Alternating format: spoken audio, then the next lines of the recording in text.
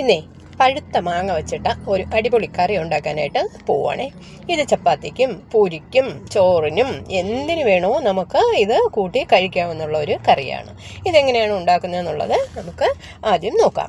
ഇതെല്ലാം നല്ലവണ്ണം പീസാക്കി ഒന്ന് അരിഞ്ഞെടുക്കുക. ഇച്ചിരി വലിയ പീസുകളായാലും കുഴപ്പമില്ല. അതാണ്ടോ ഇതേ തരത്തിൽ അരിഞ്ഞെടുക്കാം.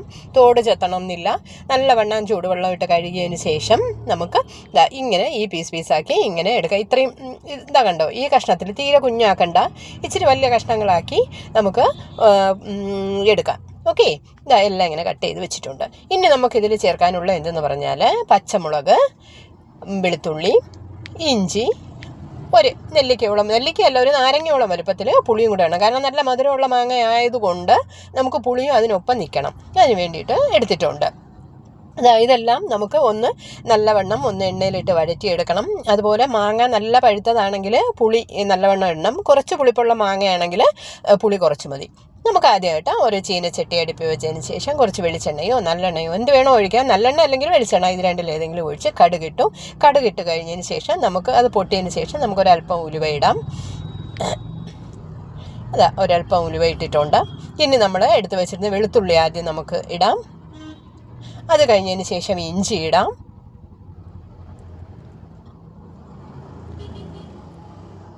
അതിനുശേഷം എടുത്തു വെച്ചിരുന്ന പച്ചമുളകും കൂടെ ഇട്ടതിന് ശേഷം നമുക്കൊന്ന് വഴറ്റിയെടുക്കാം. ആദ്യം ഇത് രണ്ടും കൂടെ ചെറുതായിട്ടൊന്ന് വഴണ്ട് വരട്ടെ. അതിനുശേഷം നമുക്ക് പച്ചമുളക് ഇടാം.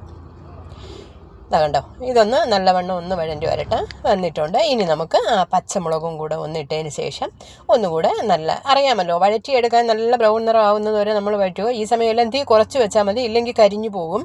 എപ്പോഴും തീ കുറച്ച് വെച്ചിട്ട് വേണം നമ്മളിതെല്ലാം വഴറ്റിയെടുക്കാനായിട്ട്.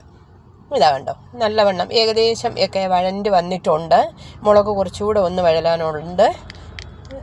ഇപ്പം ഒരുവിധമൊക്കെ കണ്ടല്ലോ, നല്ലവണ്ണം വെളുത്തുള്ളി ഇഞ്ചി എല്ലാം നല്ല ബ്രൗൺ നിറമായിട്ടുണ്ട്. ഇനി നമുക്ക് ഇതിന് ഒരു മസാല കൂട്ടുണ്ട്. കുറച്ച് കാശ്മീരി മുളക് പൊടി, കായപ്പൊടി, മഞ്ഞൾപ്പൊടി, ഇതെത്രയാണ് നമുക്കിതിൻ്റെ മസാല കൂട്ട്. ഇത് മാത്രം മതി. കാശ്മീരി മുളക് പൊടി ആണെങ്കിൽ 1.5 സ്പൂൺ എടുത്തിട്ടുണ്ട്. സാധാ എരിവുള്ള മുളക് പൊടിയാണെങ്കിൽ 1 സ്പൂൺ മതി. ഇനി നമുക്ക് ഈ എടുത്തു വച്ചിരുന്ന മുളക് പൊടി, മല്ലിപ്പൊടി ഇതെല്ലാം നമുക്ക് ഈ ഇതിലോട്ട് നമുക്കൊന്ന് തട്ടാം. ഇഞ്ചിയും പച്ചമുളകും എല്ലാം നല്ല ബ്രൗൺ നിറമായി ഫ്രൈ ആയി വന്നിട്ടുണ്ട്. നമുക്കൊന്ന് നല്ലവണ്ണം ഇതിൻ്റെ പച്ചച്ചുവ മാറുന്നത് വരെയും കൂടെ ഇതിനെ ഇളക്കി കൊടുക്കാം. മുളക് പൊടിയുടെയൊക്കെ പച്ചച്ചുവ മാറണം. ആ സമയമെല്ലാം ഒന്നുകിൽ നമ്മൾ തീ ഓഫ് ചെയ്യുക, അല്ലാന്നുണ്ടെങ്കിൽ ഏറ്റവും ലോയിലിടുക. ഒരു കാരണവശാലും ഇത് തീ കൂട്ടിയിടരുത്. മുളക് കരിഞ്ഞു പോയാൽ നമ്മുടെ ടേസ്റ്റ് എല്ലാം മാറും.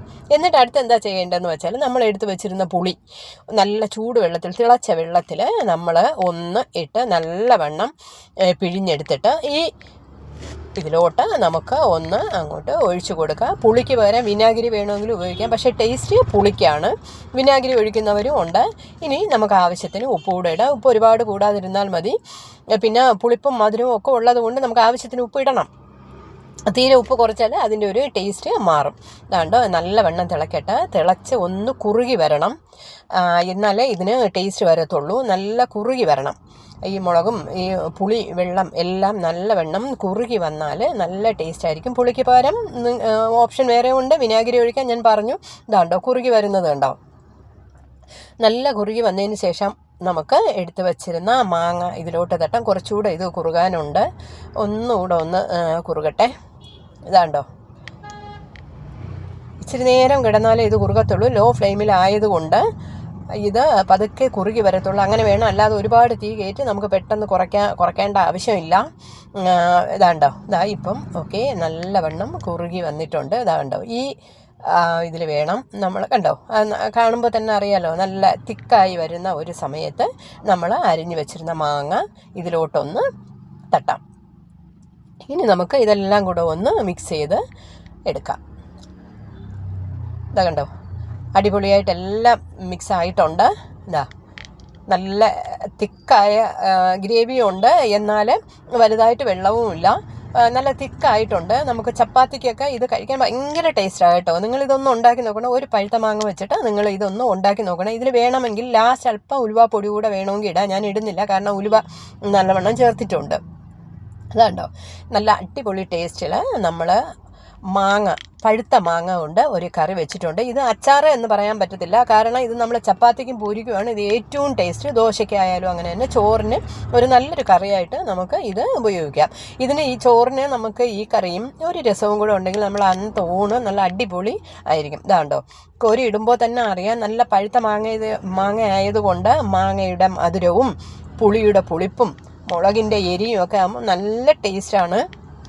അടിപൊളിയായിട്ട് നമുക്ക് കഴിക്കാൻ പറ്റും. അപ്പം നിങ്ങളും ഇതുപോലെ പഴുത്ത മാങ്ങ വെച്ചിട്ട് ഒരു ദിവസമെങ്കിലും നിങ്ങൾ ഇങ്ങനെ ഒരു കറി ഉണ്ടാക്കി നോക്കണം കേട്ടോ.